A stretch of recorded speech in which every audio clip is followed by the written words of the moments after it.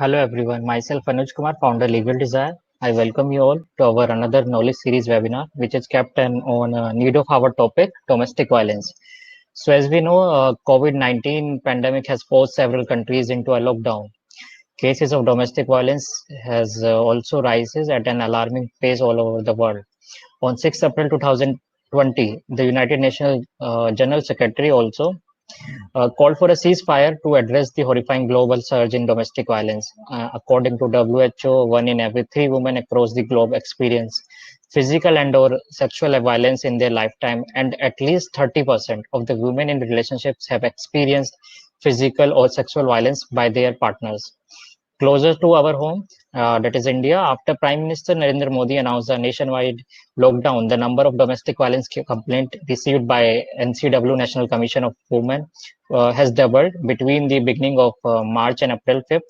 The NCW received 310 grievances of domestic violence and 885 complaints for other form of violence against women, many of which are domestic in nature, such as bigamy, polygamy, dowry death, and harassment for dowry.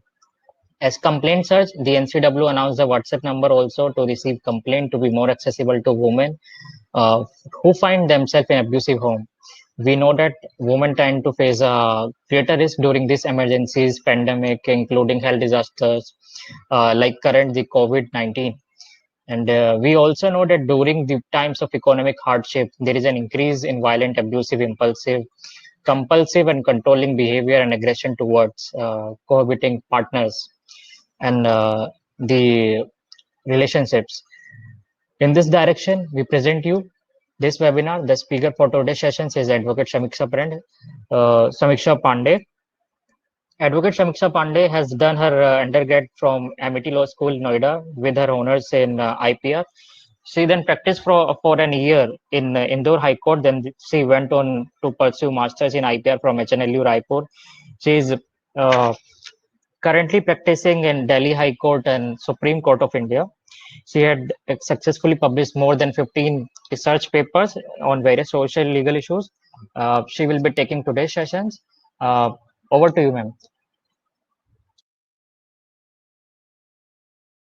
Please enable mic and then go ahead. So, am I audible now? Yes, ma'am. Go ahead. Okay. Thank you, Anuj. So, as we know that this is a very unfortunate scenario through which the world is right now suffering, and we are all in it, but surely at different levels. So, everybody is contributing to this. So, I thought to contribute to this through this webinar. First of all, there is a disclaimer to this that I believe in equality and I'm not a very strictly feminist person.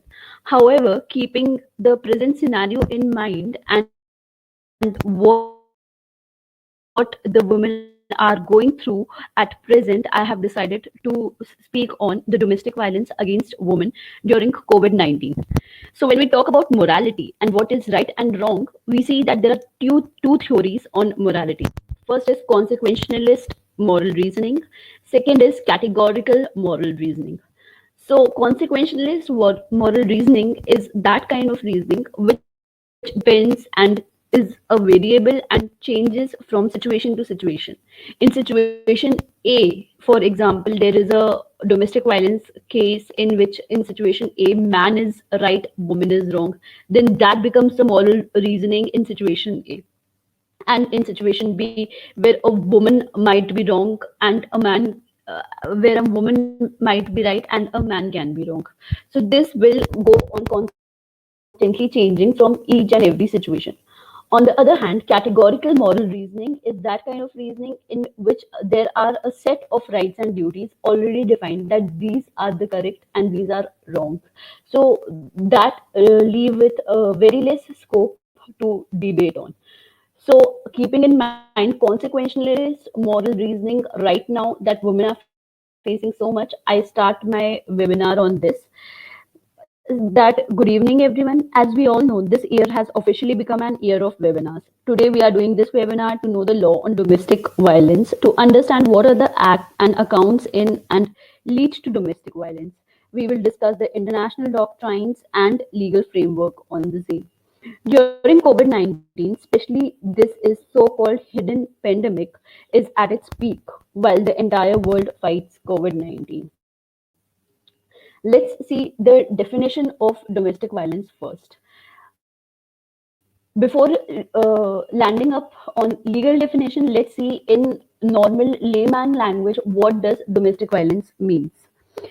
One of the psychologists and law professor, Manny Ann Dutton, has expertise in domestic violence, and she describes it as a pattern or behavior in which one intimate partner uses physical violence, coercion, threats, intimidation, isolation, emotional, sexual, or economic abuse. So these are various acts which she has defined as per her definition that these counts in domestic violence. So when we see that the physical violence is very much on face, and it is able and we are able to recognize it very well and in first go. However, as we go down, coercion, threats, intimidation, isolation, these becomes very narrow points and very narrow concepts to be defined and to be able to visible. So these acts are not very easily visible, and one cannot differentiate it very well when it comes to as compared to physical violence. So when we come towards the law, then as per section 3 of Domestic Violence Act 2005 of India says that any act which harms or injures or endangers the health, safety, life, limb or well-being, whether mental or physical, of the aggrieved person or tends to do so, and includes causing physical abuse, sexual abuse, verbal and emotional abuse, and or economic abuse.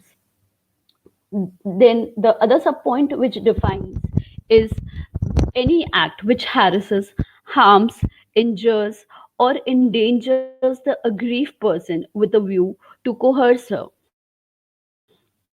or any other person related to her to meet any unlawful demand for any dowry or other property or valuable security. Or the third point is has the effect of threatening the aggrieved person or any person related to her by any conduct mentioned in clause A or B. So, legally, the definition of domestic violence is given in section 3 of Domestic Violence Act. But these are not the only acts or appearances as we see. There are furthermore events and acts which add up to domestic violence or a kind of violence which gives a bad mental impression and physical impression, and these are known as concept of coercive control.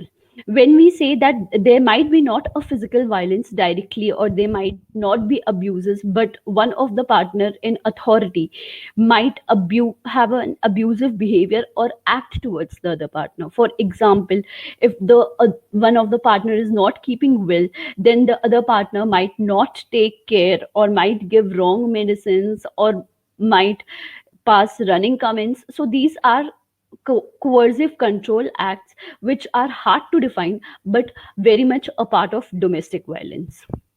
Even if we see many a times in India, women are not one of the earning members and men are mostly earning. So men decide to give less money or no money at all for household chores to women. This is the economical pressure also leads to domestic violence. And then the running comments about dowry, about looks, about maybe working style comparison with other women, all this leads to a kind of mental harassment, and all of this leads to abuse. Let's go ahead with international conventions and see which are the international conventions uh, which talk about domestic violence. Am I audible? Hello. Yes, everything perfect. Go ahead. Okay. So let's now move further with international conventions on domestic violence against women. The first convention which we will talk about is a UN resolution on the domestic violence. So this has got a mention by both Human Rights Council and General Assembly. And domestic violence has always been an international national issue to be solved at each level. So, although these resolutions are not binding in nature but set the international standard that this is a global problem and this is a hidden pandemic which, anyhow, the world is fighting with. While the Assembly is empowered to make only non binding recommendations to states on international issues within its competence, it has nonetheless initial actions like political, economic, humanitarian, social, and legal, which have affected the lives of millions of people throughout the world. Let's go to another international theory, that is a declaration on the elimination of violence against women. This is one of the most important resolution as it directly defined the Domestic Violence Act, but also talks about the elimination of any kind of violence against a woman. So this resolution came in picture in 1993. It was adopted by United Nations General Assembly in 1993. Its short form is DEVO. Debo recognizes violence against women as an obstacle to the achievement of equality. And I would like to interpret this sentence because this sentence has a hidden meaning. When we talk about feminism, feminism has different kind of interpretations. But the actual definition of feminism and what we are trying to achieve through feminism is equal opportunities and not equal manpower or not equal physical power. But since women and men are equally educated, so women should be given equal opportunity to work, to stay with family, to stay with their children, and not only restrict to kitchen as per Indian old norms of India.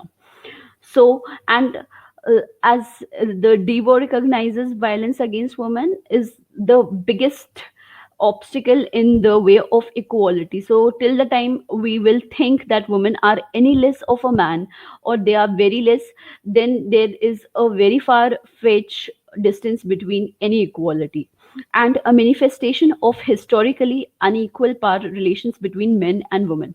It is true that women are physically weaker than men, but women are not mentally weaker than men, or women cannot, and women are not that weak that they cannot achieve what a man can.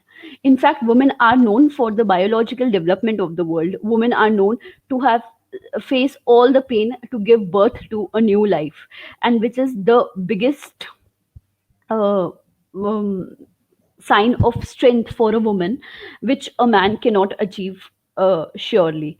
So the declaration not only declares that state actors should refrain from engaging in violence against women, but also asserts that states should take affirmative measures to prevent and punish violence committed by public and private actors alike, and establish support network to care for victims of gender-based violence.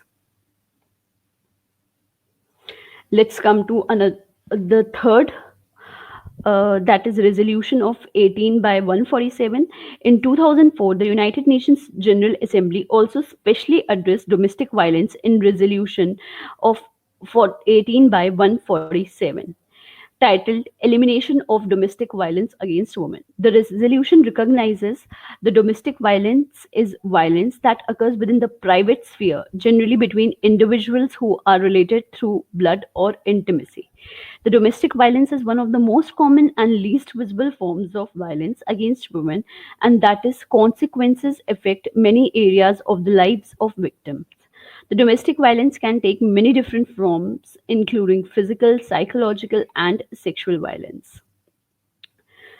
Let's move on with the last and the third one. Let's move on with the last one, that is Convention of the Elimination of All Sorts of Discrimination Against the Woman.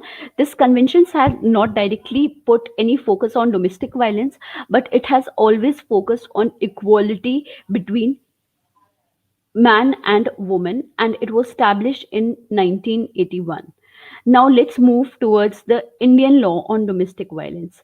So when we move towards the Indian legal frame on domestic violence, we find that there are three acts which preferably focuses on domestic violence.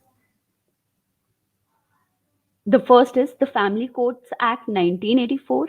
The second is the National Commission for Women Act 1990.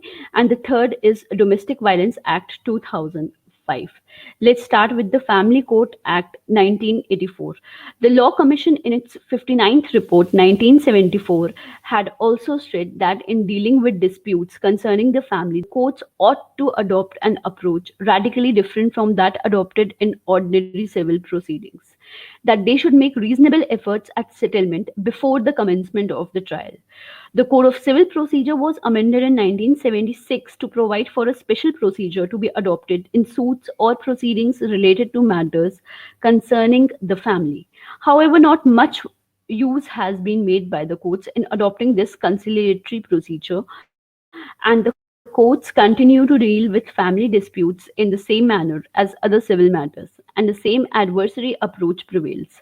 The need was therefore felt in the public interest to establish family courts for speedy settlement of family disputes. The next law is the National Commission of Women Act 1990. The main task of the commission was to study and the main monitor all matters relating to the constitutional and legal safeguards provided for women, to review the existing legislations and take suo motu notice of the cases involving deprivation of the rights of women in order to provide support, legal or otherwise, to helpless women. The commission was authorized to monitor the proper implementation of all the legislations made to protect the right of women so as to enable them to achieve equality in all spheres of life and equal participation in the development of the nation. The last national law and the most important is the Domestic Violence Act of 2005. So, when we talk about the Domestic Violence Act of 2005, we see that Section 3 defines the domestic violence, and it gives the definition of the domestic violence. The act seeks to cover those women who are or have been in a relationship with the abuser, where both the parties have lived together in a shared household and are related by consanguinity, marriage, or a relationship in the nature of marriage or adoption. Additionally, relationships of family members living together as a joint family are also included. Even those women who are sisters, widows, mothers, single mothers, or living with the abuser are entitled to get legal protection under the Act. Domestic violence includes actual abuse or the threat of abuse, that is physical, sexual, verbal, emotional, and economical. Harassment by way of unlawful dowry demands to the woman or her relatives is also covered under this definition. But as till now we have only discussed that how women go through domestic violence, but I will never negate this fact that men also face domestic violence, and domestic violence is a gender neutral act. Also, I would like to mention here that in my undergraduation I made my thesis on the topic that domestic violence act is a gender blind act. So I have personally never negate that domestic violence is a gender neutral act. It can happen to men, it can happen to women equally.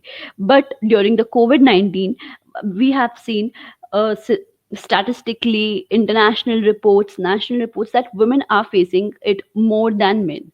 So, but I will still like to give a neutral view about it, that getting exact number on domestic violence is difficult since a lot of many cases go unreported, but it's even tougher to figure out just how many men are suffering these kind of abuses. A big part of the reason is traditional gender roles in society and the stigma of the perceived weakness of men who admits to falling victim to a woman. Despite some research suggesting that men and women commit domestic violence against each other in equal numbers, the reported victims are overwhelmingly female. Part of the reason for this disparity in reported victims might also be because men who call police to report domestic violence against them fear that they will end up being the ones getting arrested.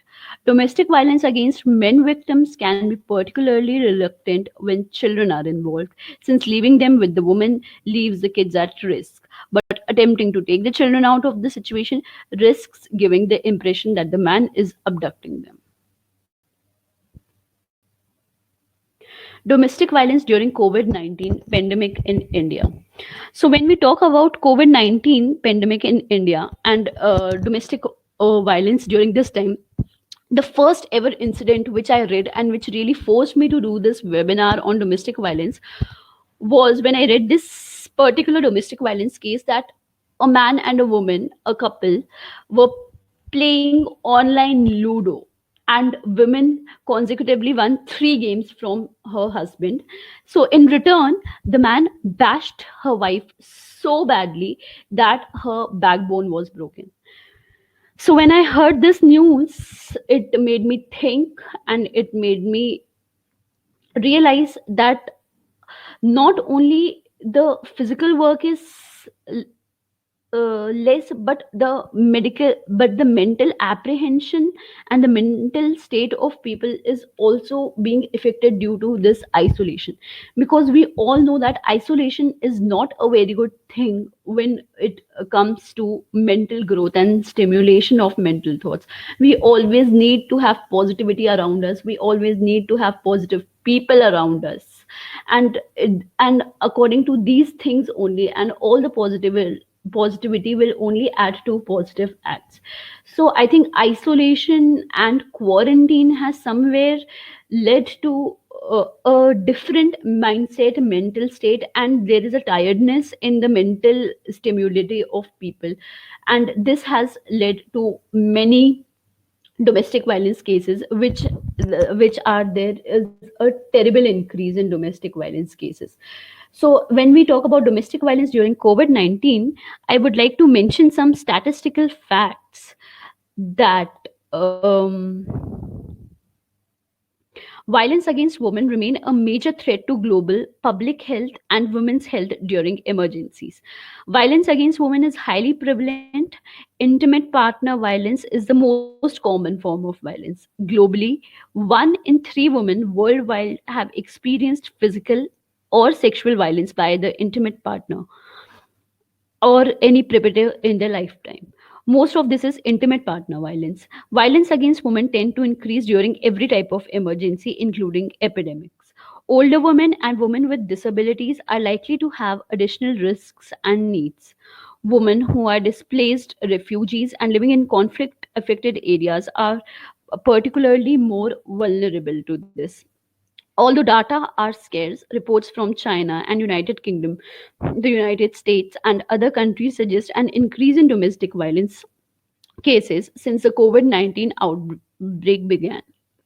The health impacts of violence, particularly intimate partner on women and their children, are significant. Violence against women can result in injuries and serious physical, mental, sexual, and reproductive health problems, including sexually transmitted infections, HIV, and unplanned pregnancies.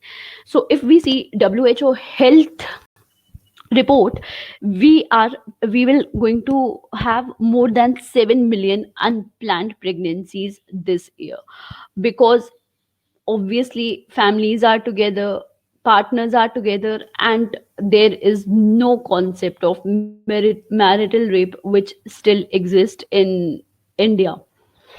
So the health impact of violence, but how COVID-19 can exacerbate risk of violence for women. Stress, the disruption of social and protective networks. When the people who are alone in quarantine, if there emerge any negativity or any debatable point or any differences, then instead of trying to solve it, instead of trying to go ahead or move on from it, they are ending up fighting, which is not a solution to any problem. And in such cases, if any man loses the calm and decides to beat up her wife or up his wife, then the lady has nowhere to go, since there is a major lockdown, there are no vehicles, she cannot approach her family, she is away from her friends, and she has to face this alone. We have major reports saying that mostly domestic violence complaints are being made through WhatsApp or messages. That means the victim is not even able to make a call. So let's go ahead with it. As distancing measures are put in place and people are encouraged to stay at home, the risk of intimate partner violence is likely to increase. For example, the likelihood that women in an abusive relationship and their children will be exposed to violence is dramatically increased as family members spend more time in close contact and families cope with additional stress and potential economic or job losses.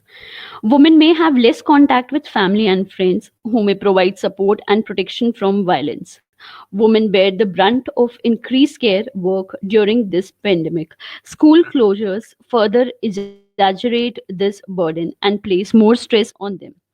The disruption of livelihoods and ability to earn a living, including for women, many of whom are informal wage workers, will decrease access to basic needs and services, increasing stress on families with the potential to exaggerate conflicts and violence. As resource became scarce, women may be at greater risk for experiencing economic abuse. Perpetrators of abuse may use restrictions due to COVID 19 to exercise power and control over their partners to further reduce access to services, help, and psychological support from both formal and informal networks. So, after seeing all these problems, let's see that during domestic violence, against whom this complaint can be filed in India.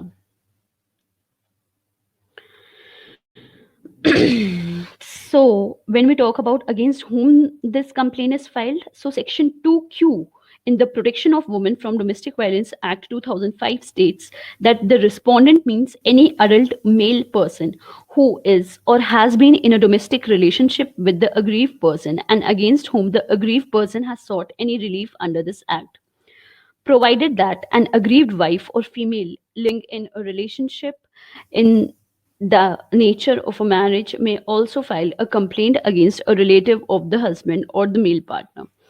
So, a lot of debate has occurred over this section that it only defines and talks about male members and not female members. But the court, in its interpretation, has always mentioned that it there is a hidden uh, statement for female members too, that is mother-in-laws and sister-in-laws can always be included in this. So let's see this through with the help of a case law, that is Sandhya Wankhera versus Manoj Bhimrao Wankhera. This issue has often remained a controversial one, as Section 2Q of the Domestic Violence Act defines a respondent as an adult male person who is or has been in a domestic relationship with the aggrieved person and against whom aggrieved person has sought any relief under this act, provided that an aggrieved wife or female living in a relationship in the nature of a marriage may also file a complaint against a relative of the husband or the male partner. In view of the definition of the term respondent covering adult male person, the judiciary has time and again been confronted with the argument that an aggrieved person can file complaint under the Domestic Violence Act against an adult male person only and not against the female relatives of the husband, that is mother-in-law, sister-in-law.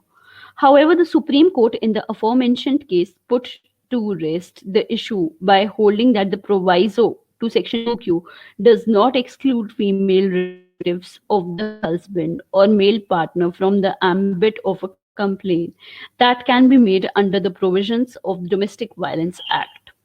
Therefore, complaints are not just maintainable against the adult male person, but also the female relative of such adult male person. But however, every law has a pro and a con, and this law also has been misused many a times. And so there is a very landmark judgment for this misusal of the Act 2, that is Ashish Dikshit versus State of UP and Anandam. In this case, the Supreme Court has held that a wife cannot implicate one and all in a domestic violence case. In this case, the complainant, apart from airing the husband and in laws in the complaint, had also included all and sundry as parties to the case of which the complainant didn't even know the names of. So we can say that not only it is women but men too.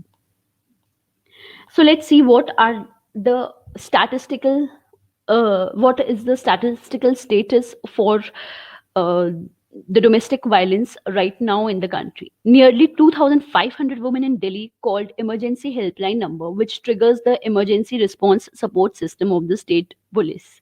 Of these calls, over 600 were classified as women abuse. 23 calls reported rape, while a majority, that is 1612, pertained to domestic violence. The incidence of domestic violence during the lockdown depends upon the ability of victims to make complaints while they share domestic spaces with perpetrators. In some states like Rajasthan, Madhya Pradesh, and Telangana, the number of complaints received by state run helplines exceeded the capital region. Instances of domestic violence during the first phase of lockdown saw a decline of about 50% as compared to the pre lockdown period in March. According to the data compiled by 18 police stations in urban and rural areas of the cities, there used to be around 400 complaints related to domestic violence every day from all parts of the state till last month, and now the number has come down to around 150 to 200. Inspector General of Police, Telangana, Swati Lakra, has made this statement. Lockdown conditions may not only intensify the abuse suffered by existing victims but can also create new victims. The sudden unnatural situation of staying home all day, every day, with no visitors and more free time than usual, may in itself cause some psychological issues. Adding to this, the fear of the deadly virus and uncertainty about work and financial security. As we go down the rugs of social ladder, there is stress even around meeting basic needs in the absence of daily wage, and acting can also imagine situations where the virus infection is used as an excuse to isolate someone within the household or turning someone out, deepening emotional abuse and mental harassment.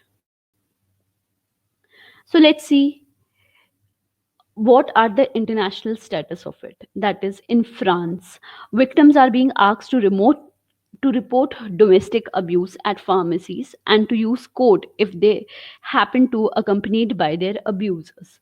The pharmacies in turn inform the police. A similar system can be set up during lockdown in India, as a few pharmacies and grocery stores are meant to remain open in each area, and walking a short distance to buy essentials is permissible in most places.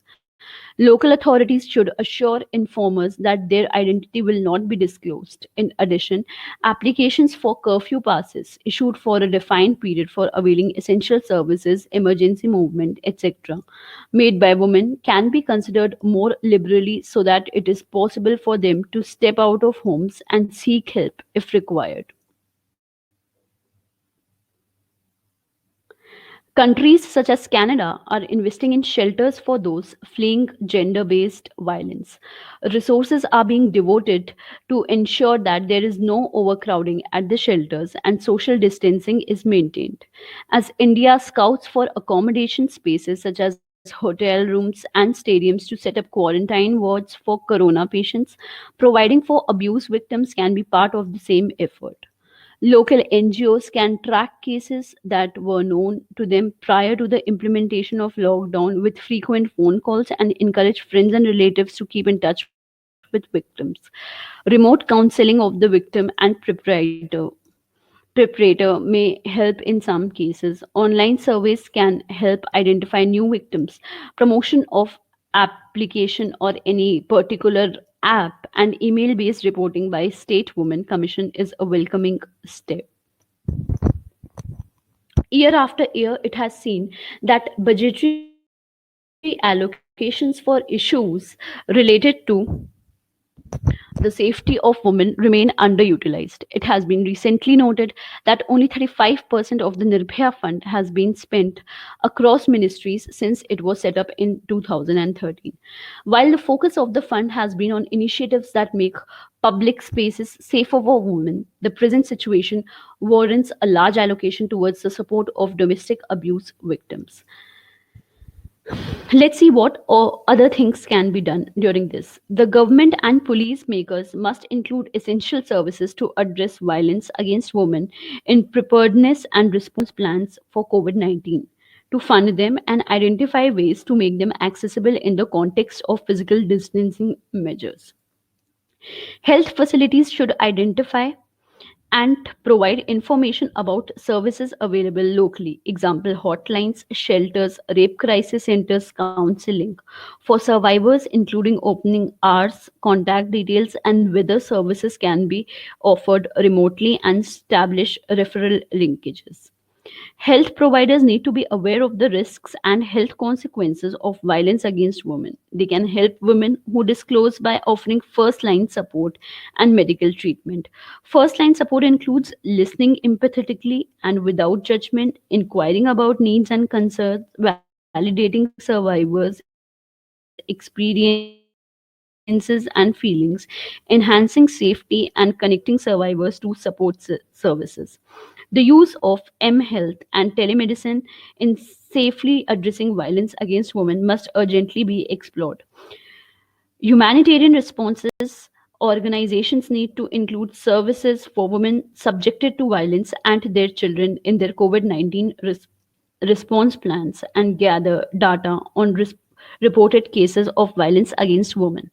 Community members should be made aware of the increased risk of violence against women during this pandemic and the need to keep in touch and support women subjected to violence and to have information about where help for survivors is available. It is important to ensure that it is safe to connect with women when the abuser is present in the home.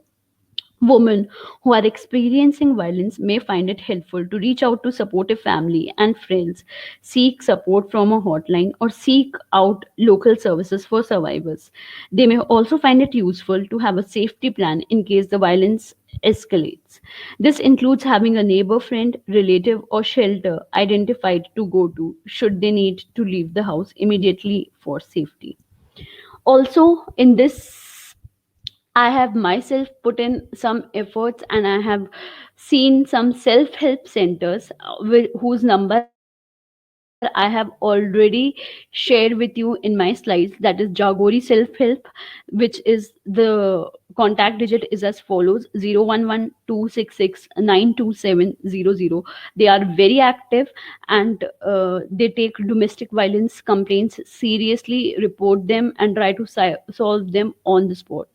And with this, I would like to end my session, and I'm open to any queries, questions, or any doubts which might be there to my listeners. Thank you.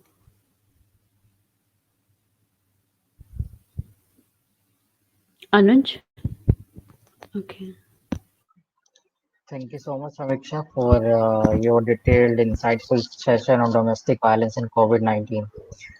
You have covered almost every aspect of this theme, and we must acknowledge that globally too, a large number of cases continue to be reported in various countries like US, UK, France, Spain, and several other Western nations. Like I was going through the data and stats, and I noticed I gone through various news headlines that in South Africa alone, the first week of lockdown witnessed about 90,000 reports of violence against women.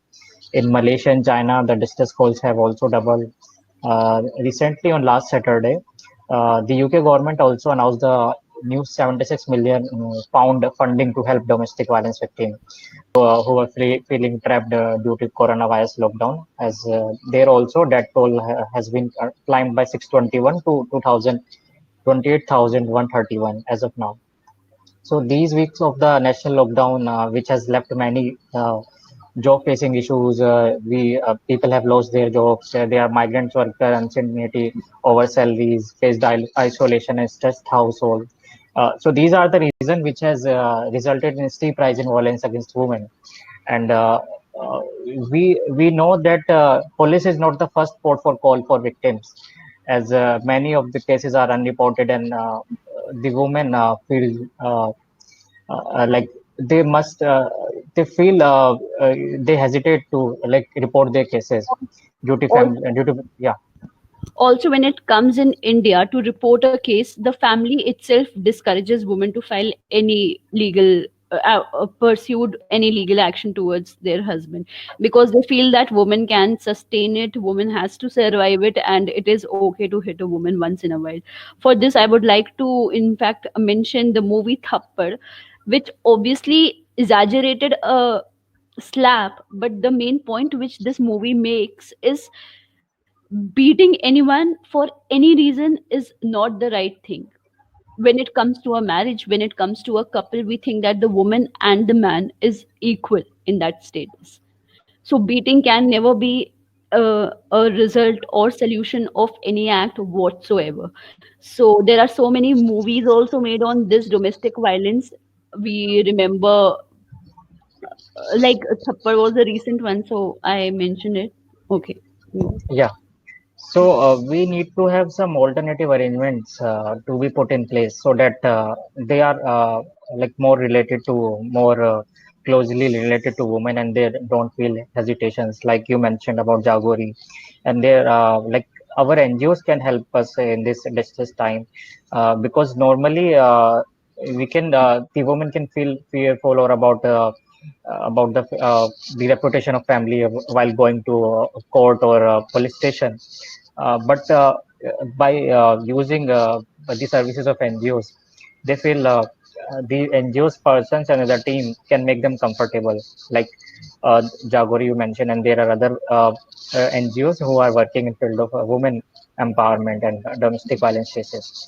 So we need some alternative arrangements like this to help this to combat this issue, and forcing like we know forcing family to stay at home at this time coop together in small space increases the risk of interpersonal violence and abuse, and such risk increases as men tend to release their frustration of losing jobs, like in this situation like about the migrant workers who are like going to their home after walking to barefoot for like thousands of kilometers. We have seen the reports, and we have seen all over in media also. And when they go back to their home, they are frustrated by losing their job, by not having a like ample amount of food, and but so the frustrations come out obviously to the by abusing women or their children or by their senior citizens in their family.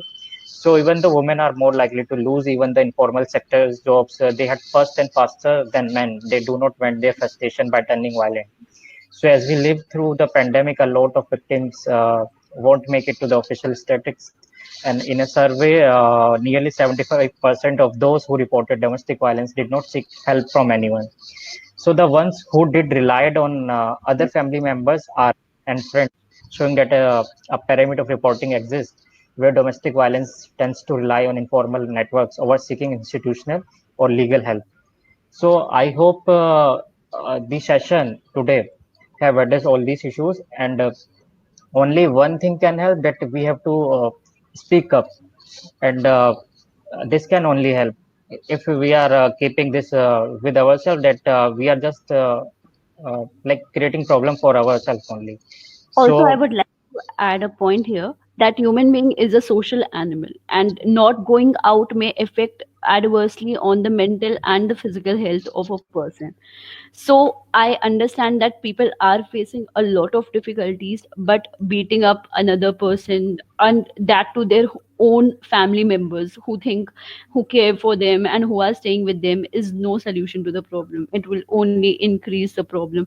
As we can see, and we even anticipate that there will be many divorce cases ahead of pandemic, and there will be family issues. So we have to keep in mind that people who are staying with us are respected, because everyone is facing problem. yeah. So yeah. So, like on concluding thing, I will say that as the uncertainty over COVID-19 continues, that we don't have any vaccines there in place, and we don't know how much how much time it will take. So, it is necessary to acknowledge and make concerned efforts to address this third pandemic, that is domestic violence, that thousands of people, over lakhs of people, are battling alone at their home. Else, we may end up magnifying this damage caused by the current public health crisis. And I hope this session is insightful for all. And thank you for joining us. And for you can connect with us by our LinkedIn, Facebook page, and Instagram and Twitter handlers. And you can subscribe to our YouTube channel, Public and Policy TV, so that you can get notified about our next upcoming webinars and live sessions. Thank you, all of you, for joining us. Thank you. Thank you.